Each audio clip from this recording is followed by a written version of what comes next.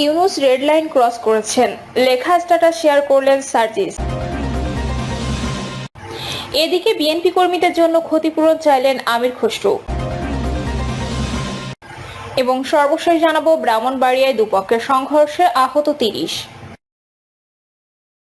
শুনছিলেন সংবাদ শিরোনাম, এবারে বিস্তারিত। ইউনূস রেড লাইন ক্রস করেছেন, লেখা স্ট্যাটাস শেয়ার করলেন সার্জিস।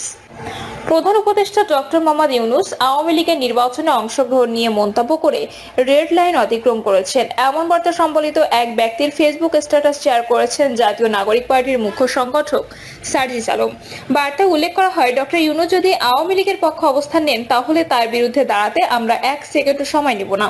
স্ট্যাটাসে লেখা হয়, ডক্টর ইউনূস গতকাল একটা রেড লাইন ক্রস করেছেন।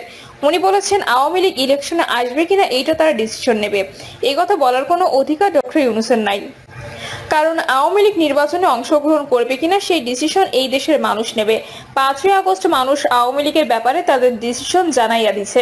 তারপরে যদি আরো প্রয়োজন হয় গণভোট হোক, গণভোটে মানুষ বলুক আওয়ামী লীগ নিষিদ্ধ হওয়া উচিত কিনা। বাট কোনোভাবেই আওয়ামী লীগকে এই ডিসিশন নেওয়ার অধিকার দেওয়া যাবে না। ডক্টর ইউনূসকে মনে রাখতে হবে, তাকে আমেরিকা বা ইউরোপের অ্যাম্বাসি ক্ষমতায় বসায়নি, ক্ষমতায় বসাইছে এই দেশের মানুষ। তাকে এই দেশের মানুষের কথা মতোই দেশ চালাতে হবে, আমেরিকা বা ইউরোপের কথা মতো না। আওয়ামী লীগ কোনো রাজনৈতিক দল না, এটা একটা সন্ত্রাসী সংগঠন। আওয়ামী লীগের ফিরে আসার ব্যাপারে যে বা যারা হেল্প করতে চাইবে তারাই জুলাই গাদ্দার হিসেবে পরিচিত হবে। ইউনূস নিজেও যদি আওয়ামী লীগের পক্ষে কথা বলে, ইউনূসের বিরুদ্ধে দাঁড়াইতে আমরা 1 সেকেন্ডও সময় নেব না। বিএনপি কর্মীদের জন্য ক্ষতিপূরণ চাইলেন আমির খসরু। আওয়ামী লীগের শাসনামলে বিএনপি যেসব নেতাকর্মীকে মামলা দিয়ে হয়রানি করা হয়েছে তাদের ক্ষতিপূরণ কে দেবে সে প্রশ্ন রেখেছেন দলটির স্থায়ী কমিটির সদস্য আমির খসরু মাহমুদ চৌধুরী।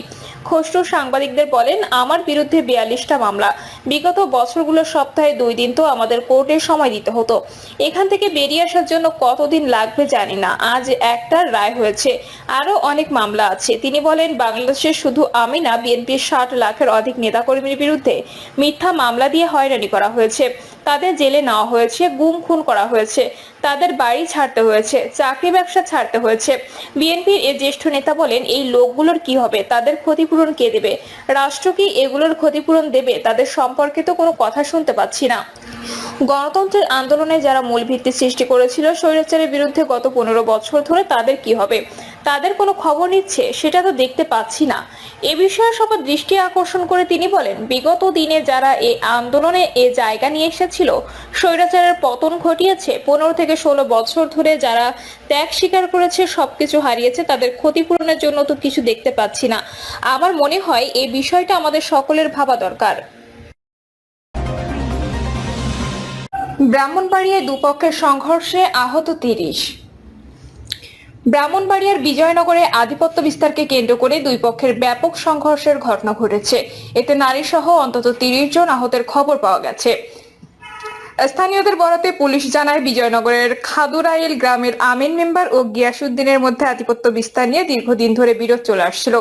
এই বিরোধকে কেন্দ্র করে রাতে মারামারিতে জড়িয়ে পড়ে দুপক্ষ। পরে পুলিশ এসে পরিস্থিতি নিয়ন্ত্রণ করে। তবে পরদিন সকাল থেকে আবারও দুই পক্ষ সংঘর্ষে জড়িয়ে পড়ে। এ সময় দোকানপাট ও বাসাবাড়িতে ভাঙচুরের ঘটনা ঘটে।